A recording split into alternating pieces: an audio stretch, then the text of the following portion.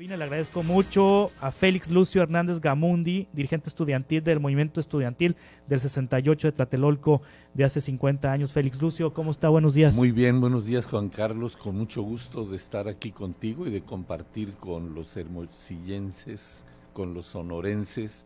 A mí esta es una tierra que me gusta, mi esposa es de Caborca. Ah, mire, sí. Yo soy veracruzano. ¿Cómo se llama su esposa? Ella veracruceño, dice ella.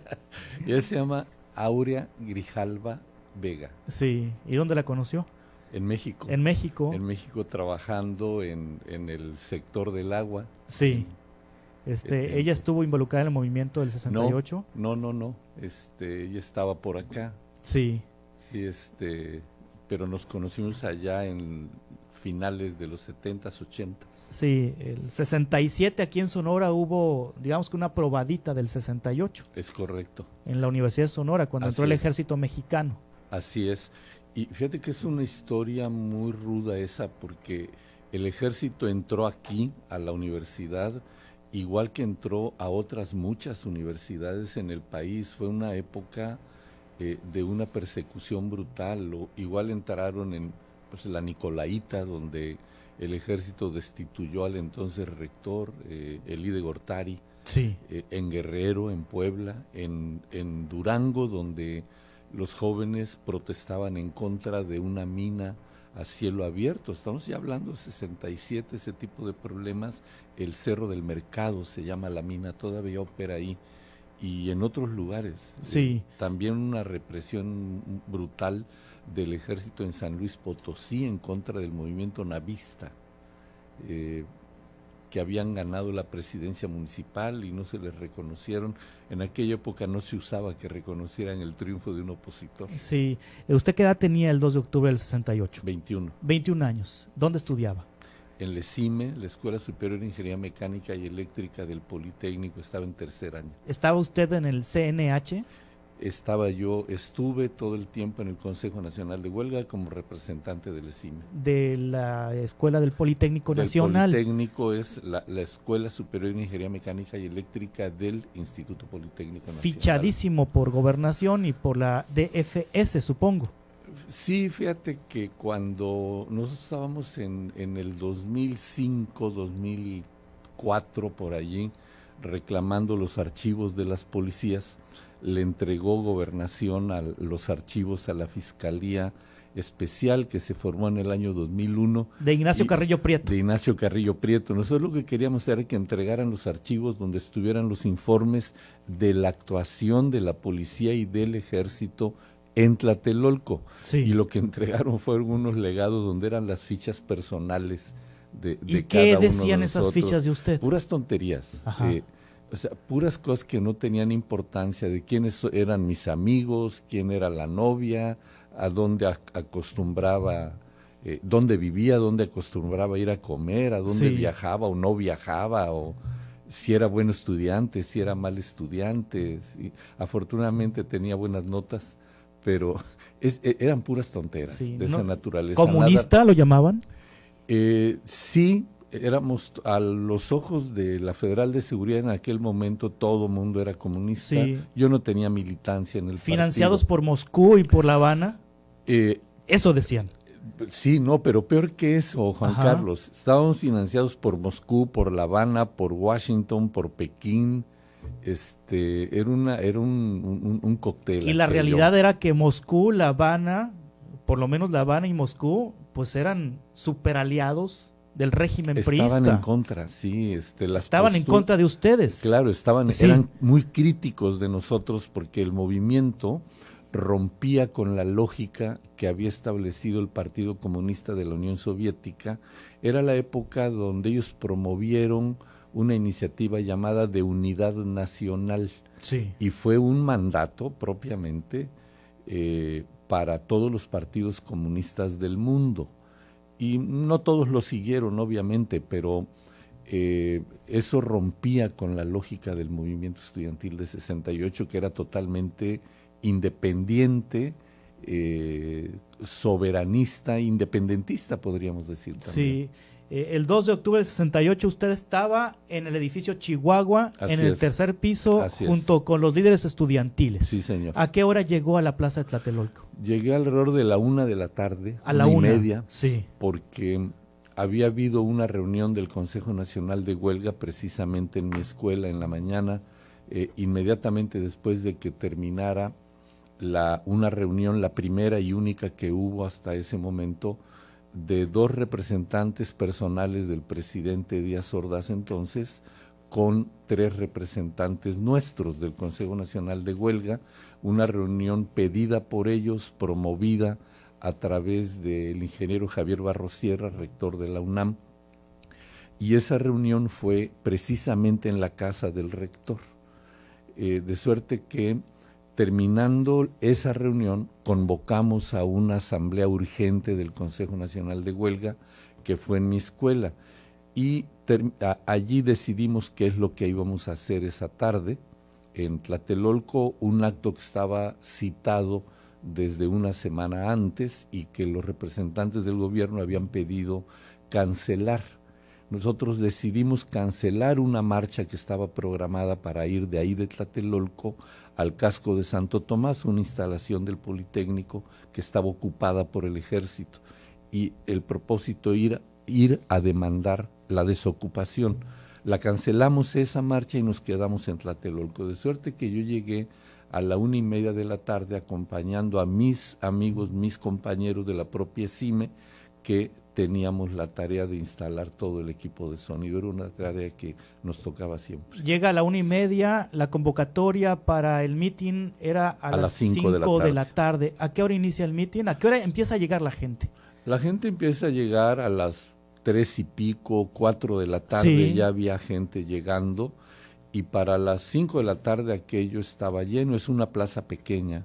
Sí. Yo calculo que había en ese momento unas 20,000 gentes ya. ¿Cómo inicia el meeting? ¿Cómo inicia el evento? Inicia nosotros informando a la plaza lo que había ocurrido en la reunión de esa mañana, que había ocurrido esta reunión que ya narré y que más adelante un compañero daría la información completa de lo que había ocurrido en ella. Sí, ¿por cuánto tiempo habla el primer orador?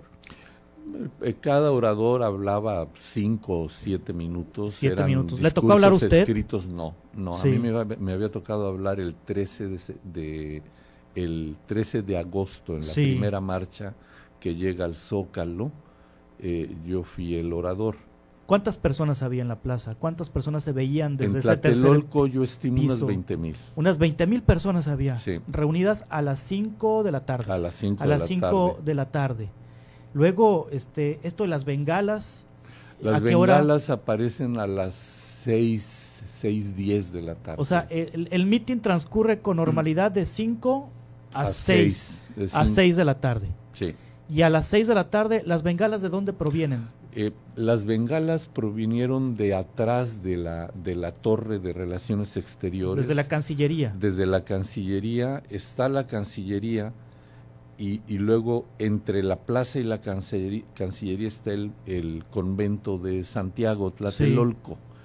Sí. Entonces, entre el convento y la torre aparecen las bengalas que caen en la zona arqueológica que está entre la plaza y el eje central. ¿De qué color eran las bengalas? Eran luces verdes. Sí. ¿Qué significaban las bengalas? Nosotros no sabíamos en ese momento qué significaban. Nos sorprendió mucho porque estábamos acostumbrados a que los helicópteros nos vigilaran y sobrevolaran siempre, de suerte que no nos llamó la atención que desde temprano andaban helicópteros rondando la plaza y recorriendo el eje. Entonces no se llamaba el eje, era la calzada San Juan de Letrán. Hoy es el eje central. Y sin embargo, después supimos que esa práctica de lanzar luces de bengala la desarrolló el ejército norteamericano en la guerra de Vietnam para señalar objetivos. Sí. Es decir, allí donde tiraban una luz de bengala, ahí es donde había que atacar. Sí. Y eso fue, o sea, claramente fue una señal así. ¿Las bengalas se perciben y luego empiezan los disparos? Inmediatamente después de las bengalas bajando de la parte alta del edificio Chihuahua adentro, Sí. quizá bajando de la azotea o de departamentos en los niveles superiores, aparecieron los hombres estos vestidos de civil con el guante blanco en la mano y portando armas reglamentarias del ejército. Militares. Militares. En Sí. ese momento no lo sabíamos, Ajá. porque venían vestidos de civil, pantalón de mezclilla, playera o camisa o lo que fuera, pero vestidos de civil, pero sí portando armas reglamentarias y gritando: aquí Batallón Olimpia, no disparen. Y no entendíamos ese grito, eso no se comprendía, pero inmediatamente comienzan los disparos desde la calzada San Juan de Letrán, donde va entrando el ejército, brincan sobre la zona arqueológica, entre el desnivel del piso entre la zona arqueológica y la plaza, pues debe ser del orden de 1,80 m, Sí. 1 metro de ese orden, y ellos empiezan a saltar sobre eso y a entrar por un puente que une la plaza con la calzada, y por ahí entró el ejército. Luego vimos que entró por todos lados, porque en realidad tenían rodeada la plaza, pero empiezan a disparar desde la calzada San Juan de Letrán. El ejército. Los que dispararon primero fueron los militares, entonces el ejército. Los que disparan primero es el Batallón Olimpia. Sí, los que están en el edificio Los que están de en civil. el edificio de son los civil primeros que tiran. Son los primeros que disparan. Le tiran al ejército. Tiran hacia la plaza. Sí, bien. Tiran hacia la plaza. Y el ejército empieza a disparar inmediatamente, como si los disparos del Batallón Olimpia hubieran sido otra señal. Si la primera señal fueron las luces de Bengala, y ahí inicia el Batallón Olimpia, pero inmediatamente después, segundos, son fracciones de segundo, yo no sabría decir cuánto tiempo, en ese momento pierdes la noción de los tiempos, pero para mí fue instantáneo casi. Sí, es decir que los estudiantes quedaron en medio del fuego entre el Batallón Olimpia desde el edificio y el ejército que estaba rodeando la plaza, disparando ambos grupos. Así es. Sí. Así es. ¿Cuántas personas murieron? No sabemos. No se sabe todavía. Ese es el reclamo. A la fecha no se sabe. Hay distintas versiones. Según los servicios de inteligencia de los Estados Unidos, o sea, la Agencia Central de Inteligencia, ellos reportaron al menos 255. Los servicios de inteligencia de algunos gobiernos europeos reportaron alrededor de 300. Nosotros pensamos que la cifra de los 200 y fracción es la más creíble. Hubo agencias noticiosas internacionales que hablaron hasta de 500. Sí, ¿cuánto duró la balacera? 40 minutos 40 en el minutos. primer momento. ¿Hubo otro momento? Hubo, después de ese primer tramo, refriega, hubo un tiempo de calma que debe haber durado, no sé, una media hora, lleno de gritos y de gritos de la gente y de gritos de los propios soldados empujando a la gente para salir del lado opuesto de donde había entrado el ejército. Y luego de nueva cuenta otra, porque empiezan unos disparos de edificios alrededor. Hay un edificio ahí que hace escuadra con el Chihuahua llamado 2 de Abril, que está en el lado norte de la plaza. Empiezan unos disparos de por ahí y entonces comienzan a disparar los tanques, las tanquetas, que ya para ese momento están posicionadas sobre la plaza. Empiezan a disparar contra los edificios, el 2 de Abril y el propio Chihuahua. Sí, usted estaba presenciando todo desde el edificio. Yo subí, muchos subimos y nos refugiamos, fuimos tocando puertas y nos refugiamos en un departamento que nos dieron abrigo, eran unos amigos míos que vivían en el 5º piso. Sí. Entonces ahí nos refugiamos varios miembros del Consejo Nacional de Huelga. Yo creo que hemos de haber entrado unos 20 a ese departamento. Sí, y luego lo detienen. Alrededor de la 1 de la mañana. Lo detienen, lo sacan de ese departamento. Nos sacan a todos de ese departamento. El ejército lo detiene. El ejército uniformado. Lo desnudan. nos desnudan, nos bajan de ahí del departamento, del 5º piso, nos bajan otra vez, yo estimo que a un 2º piso, a mí, otros compañeros hasta un 1er piso, y nos repartieron en varios departamentos, en varios pisos. Ahí nos quitan la ropa toda, nos quedamos solo en ropa interior con el argumento que se trataba. Son las imágenes que se ven, esas que están contra la pared, sí, porque están esculcándonos que no traigamos armas. ¿Lo golpearon? A mí me golpearon ahí. ¿Dónde lo golpearon? En el estómago, en el abdomen, fundamentalmente. ¿Qué pensó cuando fue detenido? Que nos íbamos a morir. Que lo iban a matar. Que me iban a matar. Sí. ¿Y a dónde se lo llevan?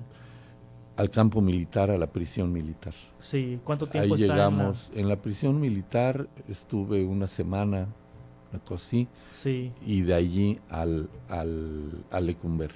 ¿A Lecumberri cuántos años duró en Lecumberri? 2 y medio. 2 años y medio. Sí. Y luego fue liberado. Y luego fui liberado, sí. ¿Quién dio la orden de disparar al batallón Olimpia? ¿Quién dio la orden de responder al ejército mexicano?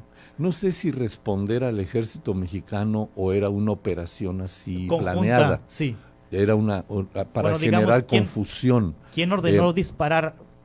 Hay una discusión y nosotros desde los 70s comenzamos a interponer una demanda penal contra los presuntos responsables, porque hay reglas en los ejércitos del mundo y en los tratados internacionales que establecen que cuando ese tipo de cosas no están suficientemente claras, entonces opera la lógica de la línea de mando. El presidente de la República, por ley, es el comandante supremo de las Fuerzas Armadas. Entonces, él tendría que dar cuenta o tendría que ordenar internamente que se investigue hasta llegar a definir, a conocer quién dio esa orden. A la fecha no hay nadie que se haga responsable de eso. Díaz Ordaz, en el informe presidencial de 69, dijo que asumía toda la responsabilidad ética, no tenía ninguna ética obviamente, histórica, política, etcétera, porque se sabía intocable, se sabía impune. Acabo de ver una entrevista de Luis Echeverría, que en aquella época él era por ley el jefe del gabinete, de suerte que está directo en la línea de mando, y es penoso, porque él era secretario de Gobernación en la época, después es presidente de la República, y él se plantea a sí mismo como un simple mensajero. Él no sabe, él no sabía, no supo, no intervino, no se enteró, todo es del presidente de la República, pero los hechos dicen otra cosa. Hay una serie de testimonios que se han dado a lo largo de este tiempo que indican que él estaba directamente en las decisiones. ¿Ha tenido oportunidad de decisiones. confrontar a Echeverría después del 2 de octubre del 68? Nunca se ha dejado. Nosotros en la demanda, cuando él fue citado por la Fiscalía de Carrillo Prieto a declarar, se acogió siempre al 20 constitucional, que le permite quedarse callado y que sea el abogado quien responda por él. Nosotros estábamos ahí, lo que queríamos era eso, lo que queríamos era un debate, pero él se negó. Sí. Cuando terminaron... Si lo tuviera enfrente a Echeverría, le exigiría que diera cuentas, que dé cuentas, porque es un capítulo muy doloroso de la historia nacional. Él es dueño de información privilegiada y tiene que darla, porque 68 es una herida muy profunda que permanece abierta, que no se puede cerrar, y hay un duelo para los mexicanos que no se puede cerrar, y es muy importante porque hoy vivimos tiempos de mucha violencia, hay mucha impunidad, y si no logramos resolver el caso de 68 no vamos a resolver ningún otro, y la violencia va a seguir cabalgando. El hombre tiene 90 y tantos años. 94, 90 y lo que tenga, pero lo acabo de ver en una entrevista perfectamente lúcido. Sí. Y ha tenido una actitud muy perversa. Cada vez que fue citado a declarar por la fiscalía o por algún juez, se metía a algún servicio de emergencia en algún centro hospitalario, lo declaraban gravemente enfermo. Es una tragedia eso. Seguramente se morirá sin hablar. Espero que no. Sí. Espero que no. Yo lo planteo de este modo. Echeverría está viviendo sus últimas oportunidades para ajustar cuentas con la historia. Estamos platicando con Félix Lucio Hernández Gamundi, dirigente estudiantil del 68 a 50 años de la matanza de Tlatelolco. Vamos a continuar con esta conversación ahorita en 2 minutos en Reporte 100 a través de Stereo 100. Preguntaba que si tendría oportunidad de ver a Echeverría, ¿qué le diría? Ya es imposible, pero si hubiera tenido oportunidad de encarar a Díaz Ordaz, o si alguna circunstancia, digamos metafísica, cualquier situación en el futuro, tiene frente usted a Díaz Ordaz, ¿qué le diría? Lo mismo, que tendrían que dar cuenta. Fíjate que nosotros no tuvimos oportunidad de hacerlo, pero un colega tuyo, un periodista, Pepe Reveles, sí, claro, cuando Díaz Ordaz fue nombrado embajador en España por José López Portillo, y dan una conferencia de prensa allí es la despedida de él para irse a España, y hay una rueda de prensa en la Torre de Relaciones Exteriores. Pepe Reveles lo encara y la reacción es por demás brutal, autoritaria, lo insulta, le dice: hice lo que tenía que hacer y me siento orgulloso, como pocas cosas de mi vida, me siento orgulloso de haber salvado a México ese día, 2 de octubre. Y si yo no hubiera hecho, muchachito, sí, usted no estaría aquí preguntándome, no tendría esa oportunidad. Ahí lo tenemos el audio, mire. Aquí lo tenemos el audio. Ah, qué bueno, porque es brutal la reacción, muy autoritaria. Vamos a escuchar, ¿sí le pueden subir a la bocina, por favor? Que va a España un mexicano limpio, que no tiene las manos manchadas de sangre. Pero de lo que estoy más orgulloso de esos 6 años es del año de 1968, porque me permitió servir y salvar al país. Les guste o no les guste, con algo más que horas de trabajo burocrático, poniéndolo todo: vida, integridad física, horas, peligros, la vida de mi familia, mi honor, el paso de mi nombre a la historia. Todo se puso en la balanza. Afortunadamente salimos adelante. Y si no ha sido por eso, usted no tendría la oportunidad, muchachito, de estar aquí preguntando. No estoy de acuerdo con usted en que hay un país antes de Tlatelolco y otro país después de Tlatelolco. Para mí México es México antes y después de Tlatelolco. Ese es un incidente penoso en la vida de un pueblo. ¿Qué siente cuando escucha esto? Coraje. Sí. Coraje, indignación, porque esa misma lógica tomó el Poder Judicial. Estamos hablando de un crimen de Estado, donde todos, el Poder Judicial y el Poder Legislativo, se unieron alrededor del gobierno, del Poder Ejecutivo y del gobierno federal, en particular alrededor de Díaz Ordaz, de manera muy acrítica. Y todavía 40 años después, la Suprema Corte de Justicia, cuando nosotros andábamos batallando porque en las instancias primarias del Poder Judicial los jueces rechazaban involucrarse, algunos declinaron, otros simplemente peloteaban el proceso con argumentos baladíes: ya prescribió, no hay elementos, no hay pruebas y tal. Nosotros recurrimos a la Suprema Corte de Justicia de la Nación pidiéndole que atrajera el caso, y hubo una resolución diciendo que no era un caso suficientemente importante para la vida nacional y por lo tanto no lo atrajeron. Nosotros lo que buscábamos era que la Corte se acogiera al artículo 97 de la Constitución, que dice que cuando el aparato de procuración de justicia falla y no hace su trabajo debidamente y no garantiza la debida procuración de justicia, la Corte tiene facultad de convertirse en instancia investigadora, es decir, en una fiscalía. Y ese artículo hoy ya no existe, ese mandato, se fue reformado y esa facultad ahora la pasaron, se supone, a la Comisión Nacional de los Derechos Humanos, lo cual también es una falacia, porque se la pasan sin realmente darle facultades. Se dice, le pasaron la tarea pero sin dientes. Entonces realmente no puede hacer nada, porque la comisión emite recomendaciones, no es una averiguación ministerial y no puede pedir una orden de aprehensión, esa no es su tarea. Sí. Entonces la Corte rechazó, de manera que sigue la misma lógica. Luis Echeverría tuvo una condena de prisión domiciliaria. Sí, no condena, tuvo una orden de aprehensión, ¿sí? Fue aprehendido y le dieron su casa por prisión debido a la edad. Prisión preventiva, pues. Pero es prisión preventiva. Sí. Estuvo 2 años y medio en prisión y después de eso recibió un amparo que lo mantiene libre bajo reserva de ley, dice el amparo. Eso, bajo reserva de ley, significa que no es una libertad definitiva, no es una liberación plena, tampoco es una exoneración, sino que equivale a una libertad provisional, condicional, y el expediente se puede reabrir.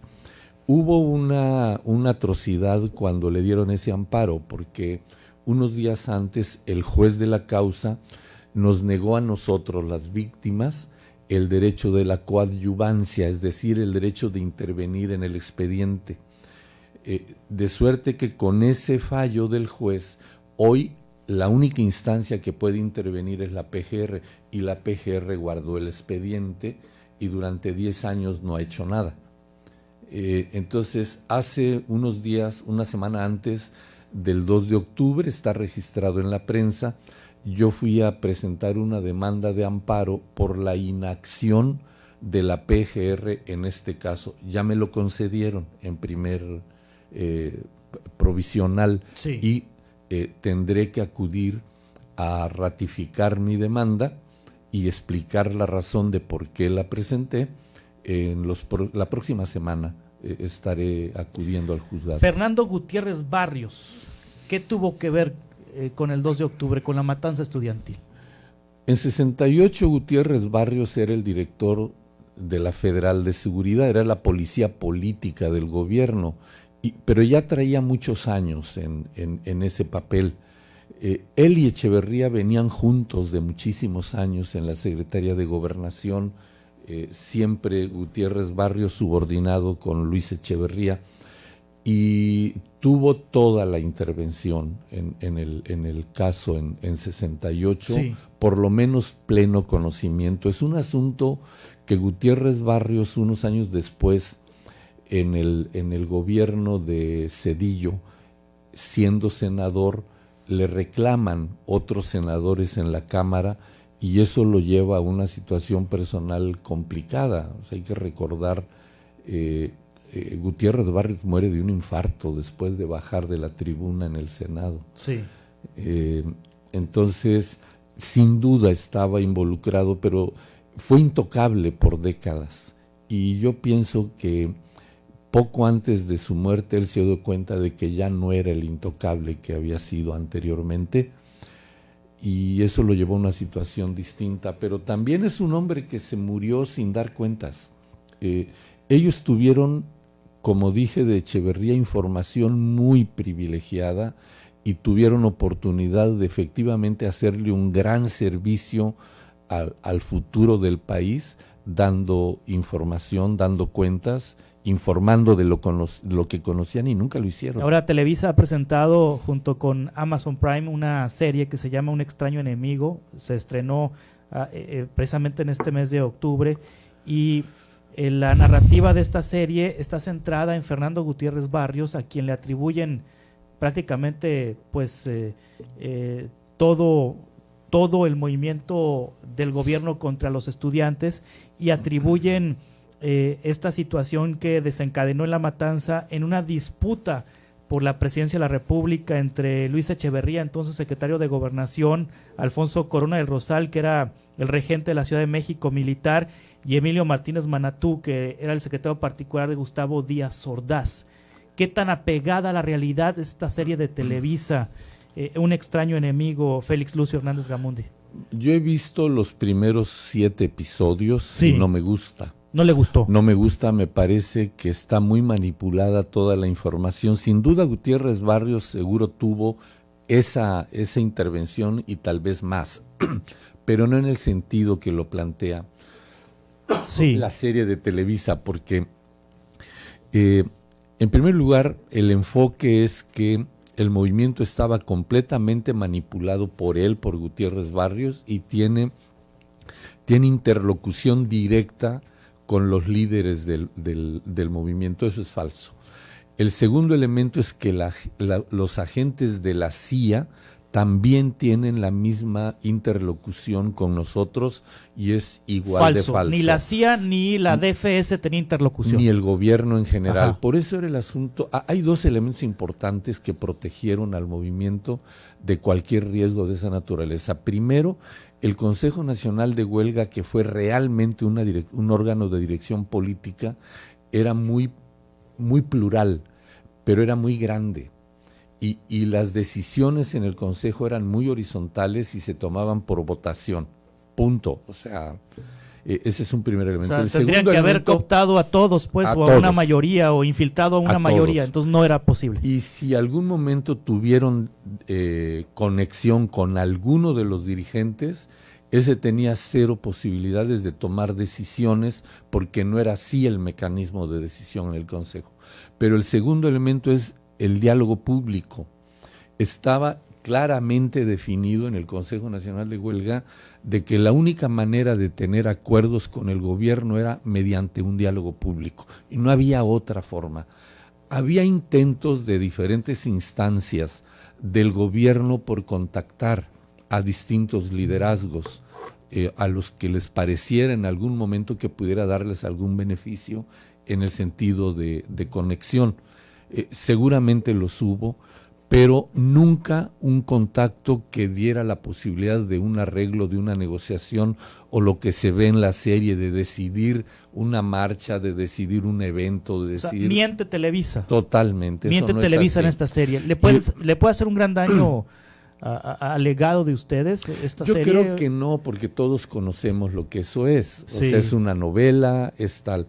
Fíjate que en los 70s hubo un libro pagado, ordenado por la Secretaría de Gobernación, que se llama El Móndrigo. Sí.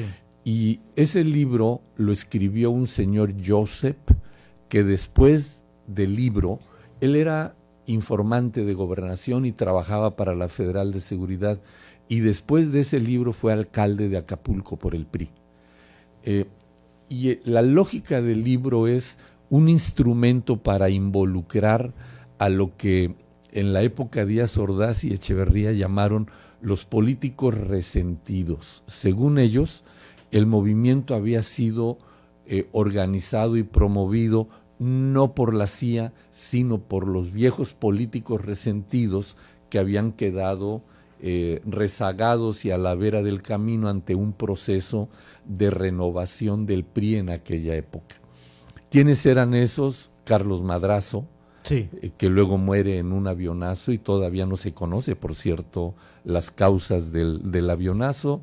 En el imaginario popular fue ejecutado, fue asesinado y el avionazo fue provocado. Elena Garro, que era la ex esposa ya en ese momento de Octavio Paz, y que la presentan como el instrumento de Madrazo y de otros. El Móndrigo, además, lo que plantea es que la casa de Elena Garro en Cuernavaca era el centro de operaciones para la conspiración, y nos presenta a varios de los dirigentes que consideraba el gobierno en aquel momento que había que atacar.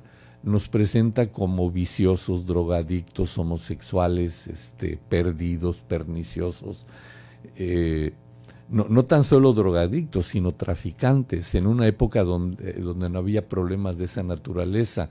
Evidentemente, ese libro tiene solamente el afán de desprestigiar, porque el gobierno nunca fue capaz de dar una respuesta política al movimiento de 68 en el cuestionamiento que representaba el pliego petitorio de los 6 puntos. Sí. Jamás fue capaz de dar una respuesta a la altura, una respuesta política seria, sensata. Y entonces decidieron desprestigiar de esa manera. Esta serie de Televisa yo la veo más parecida al Móndrigo que a la realidad. Yo creo que hay documentales muy serios sobre 68, hay uno hecho por Carlos Volado, hay muchos documentados hechos por Óscar Menéndez, que es un cineasta independiente, egresado del Centro Universitario de Estudios Cinematográficos de la UNAM, el CUEC, que ha producido grandes materiales, pero creo que una historia cinematográfica del 68 está pendiente. Hay una gran cantidad ahora de libros de literatura que darían información suficiente para algo muy bien hecho. ¿Hay archivos cerrados todavía del 68? Los de la Defensa Nacional. ¿Del Ejército? Del Ejército. ¿Y por qué están cerrados? Primero porque después de 68 Díaz Ordaz reservó la información por 30 años y eso impidió establecer los juicios. Pero ya pasaron los 30 años. Ya pasaron, se cumplieron en 98 y cuando la Fiscalía de Carrillo Prieto estuvo demandando al gobierno que entregaran esos archivos, Vicente Fox, que había formado la Fiscalía, decidió que eran elementos vitales para la seguridad nacional y por lo tanto no se podían entregar. El pasado 2 de octubre, el Congreso de la Unión, por un lado la Cámara Federal de Diputados y por otro lado la Cámara de Senadores, pusieron en el muro de honor de cada una de las dos cámaras una inscripción que dice al movimiento estudiantil de 68, lo cual reconoce que es un hecho histórico latente que ha tenido una importancia grande en la construcción de la vida nacional en estos últimos 50 años. Y yo fui a plantear que eso debe tener además una implicación jurídica. Y fui ahí a demandar que me invitaron en la Cámara de Diputados como orador, es orador invitado, dado que no soy diputado, para hablar del movimiento en la ocasión de la develación de esa inscripción en el muro de honor. Y ahí fui a pedirles que ellos intervengan para que finalmente se abran los expedientes de la Defensa Nacional. La razón es muy simple: ningún ejército del mundo actúa por órdenes verbales. Para que el ejército llegara a Tlatelolco debe haber una orden escrita y debe estar en los archivos. Pero después de toda la actuación del ejército ahí, hay un parte militar. Claro. Y ellos dicen cuántos eran, cuántas armas llegaron, qué tipo de balas llevaban. Ellos levantaron los cuerpos. Ellos levantaron los cuerpos, ellos nos detuvieron y todo eso debe estar en un parte militar. ¿Cuántos cuerpos levantaron y a dónde los depositaron? ¿Cuántos de esos eran muertos? ¿Cuántos eran heridos? Porque el gobierno, como el evento, ya dije hace un rato, estaba convocado desde una semana antes, tuvo tiempo de preparar todo, vaciaron hospitales, vaciaron cárceles, vaciaron departamentos en la propia unidad habitacional para usarlos como centros temporales de detención y de tortura. Hubo una planificación, hay una planeación, una preparación del caso, y eso es lo que tipifica un genocidio.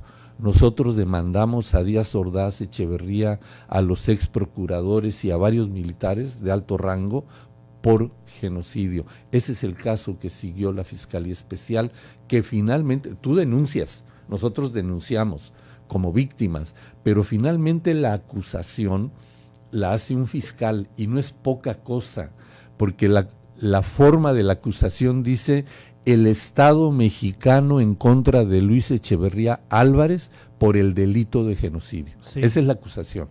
Y la orden de aprehensión es orden de aprehensión en contra de Luis Echeverría y otros por su presunta responsabilidad en la comisión del delito de genocidio. Repito, no es poca cosa. Hoy conocemos que en Argentina varios expresidentes, miembros de las juntas militares, fueron apresados por genocidio. Acaba de morir Videla en prisión por acusado de genocidio. Lo mismo fue el caso contra Pinochet por genocidio. Bueno, Todos esos casos fueron después de que la Fiscalía de Carrillo Prieto documentó el delito de genocidio en México. Ellos tomaron como ejemplo la experiencia de este trabajo de Carrillo Prieto. Ahora han hecho una campaña en contra de Carrillo Prieto. Lo acusaron de corrupción y lo inhabilitaron no sé por cuántos años. Yo quiero decir, Carrillo Prieto hizo un gran trabajo, porque no había experiencia en tratar este tipo de delitos en América Latina. En México, por supuesto, no había, pero en América Latina tampoco. Las experiencias eran el juicio de Nuremberg en contra de los nazis, de Hitler y todos sus colaboradores, o en Ruanda. Entonces, pero era por allá.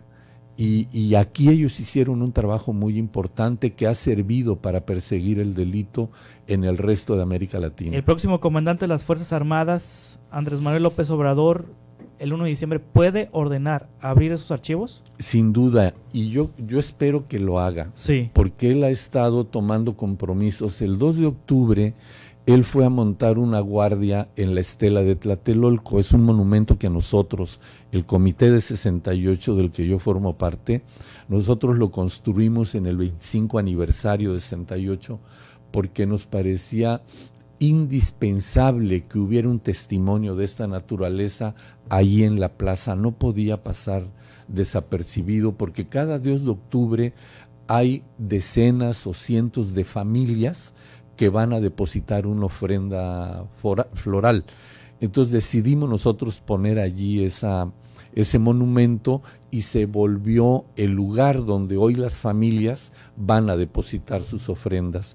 Este 2 de octubre estuvo Andrés Manuel, nos invitaron, a la misma hora yo estaba en la Cámara de Diputados, pero asistieron otros compañeros junto con él a esta guardia, y él, al término de la guardia, Andrés dijo que se comprometía a que 68 se iba a ejercer la acción de la justicia y no iba a quedar impune. No va a quedar impune, dijo él. Nosotros nos parece que ese es un posicionamiento muy importante. Nosotros en el Comité 68, que hemos abordado todas estas décadas la tarea de reconstruir la historia y mantener viva la memoria para poder exigir justicia, nos parece que es un paso muy importante, y vamos a seguir aportando elementos. Esa va a ser nuestra chamba para que esto efectivamente ocurra, porque no basta con la voluntad, hay que ayudar a que eso suceda acercando la información, y hay mucha información. Ahora están apareciendo nuevos trabajos. Hay un libro muy reciente de otro periodista, se llama La conspiración de Tlatelolco. El autor es Jacinto Rodríguez, sí, que Jacinto ya había hecho otro libro pero estaba más referido a la Guerra Sucia. Sí. Y ahí hay elementos importantísimos. Sí, Jacinto se ha especializado en indagar en los archivos. Exactamente. Sí. Y entonces él escribe un libro que es muy revelador. Él habla de la presencia del Estado Mayor Presidencial el 2 de octubre, habla de la presencia del que en ese momento era el jefe del Estado Mayor Presidencial, pero también habla de la presencia del que después fue jefe del Estado Mayor Presidencial, con Luis Echeverría, en una comunicación continua, y hay fotos, él publica fotos, que es el general Castañeda. El jefe del Estado Mayor con Díaz Ordaz era un general Gutiérrez Oropesa, sí, y Luis Gutiérrez Oropesa, y el jefe del Estado Mayor con Luis Echeverría es Jesús Castañeda. Y en el libro de Jacinto ahora exhibe fotos donde está todo el tiempo Castañeda con Hernández Toledo en la plaza de Tlatelolco de las Tres Culturas, cuando es Hernández Toledo el director de la operación del ejército ese día ahí en Tlatelolco. Nosotros desde hace tiempo habíamos pedido a la Fiscalía que este tipo de trabajos de investigación periodística y del trabajo de los historiadores se tome en cuenta como parte de los procesos judiciales, porque de otro modo no hay cómo evaluar ese tipo de cosas. Así es como se pudo avanzar en los juicios de Nuremberg, dando valor al trabajo de los investigadores, de los historiadores. Sí. Y lo mismo en Ruanda. Y aquí en México los jueces, el poder judicial se ha negado a esa situación. Hoy hay una nueva situación política en el país y eso debe significar que hay condiciones para que se abran. Es decir, la gente, entre una de las razones del voto tan masivo a favor de Andrés Manuel, es el hartazgo de la gente y por la avidez, el interés de la gente porque haya un cambio en las reglas de convivencia en México. Y uno de esos temas es el acceso a la justicia. No puede continuar este estado de impunidad que hoy nos tiene de rodillas. O sea, vivimos una desgracia humanitaria, una crisis humanitaria brutal. Más de 250,000 muertes violentas. Si pensáramos que cada uno de esos elementos es parte de una familia de 4 o 5 gentes, pues estamos hablando de más de 1 millón de gentes afectadas. Y esos 250,000 son las conocidas.